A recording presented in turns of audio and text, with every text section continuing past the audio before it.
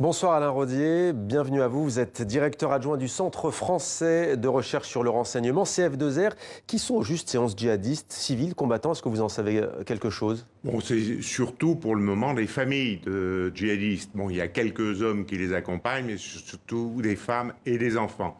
Donc, bon, il faut raison garder dans cette affaire. Pourquoi la Turquie décide aujourd'hui de communiquer et d'annoncer ce retour? Bon, il faut dire que l'on a fait des petites misères, entre guillemets, au président Erdogan, qui apprécie assez peu le fait qu'on n'ait pas soutenu son opération qui l'a amené à envahir une partie du territoire syrien à l'est de l'Euphrate.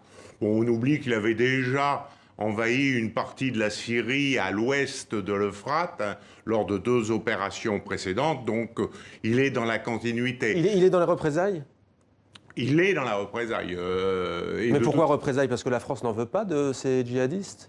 Eh ben, c'est-à-dire que c'est un problème un petit peu, je dirais, juridique. C'est-à-dire que quand les djihadistes ou les familles de djihadistes vont revenir en France, eh bien, elles vont être confrontées à la justice française. Et la justice française, c'est un état de droit.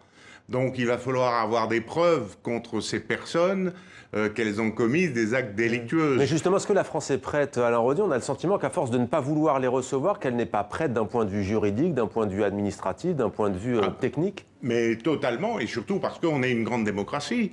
Et donc, quand quelqu'un a commis un acte délictueux, il faut le prouver encore.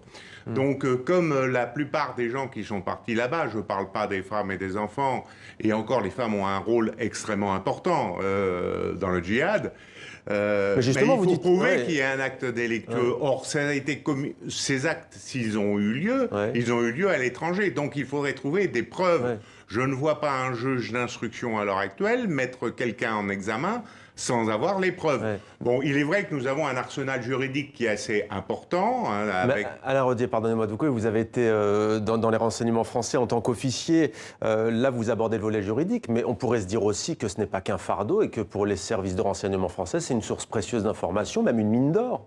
Non, très peu, parce que ces gens-là ne parlent pas.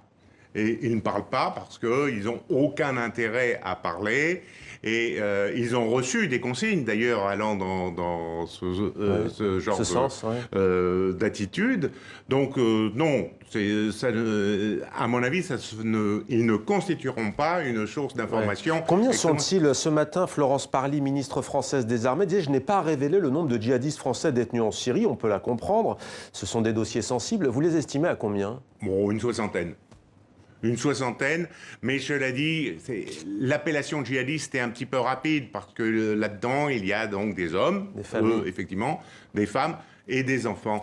Donc, c'est là où il faut rassurer un petit peu les téléspectateurs. C'est pas une vague de djihadistes qui va revenir en France demain ou dans les prochains jours. Merci beaucoup Alain Rodier d'avoir répondu à nos questions sur TV5 Monde.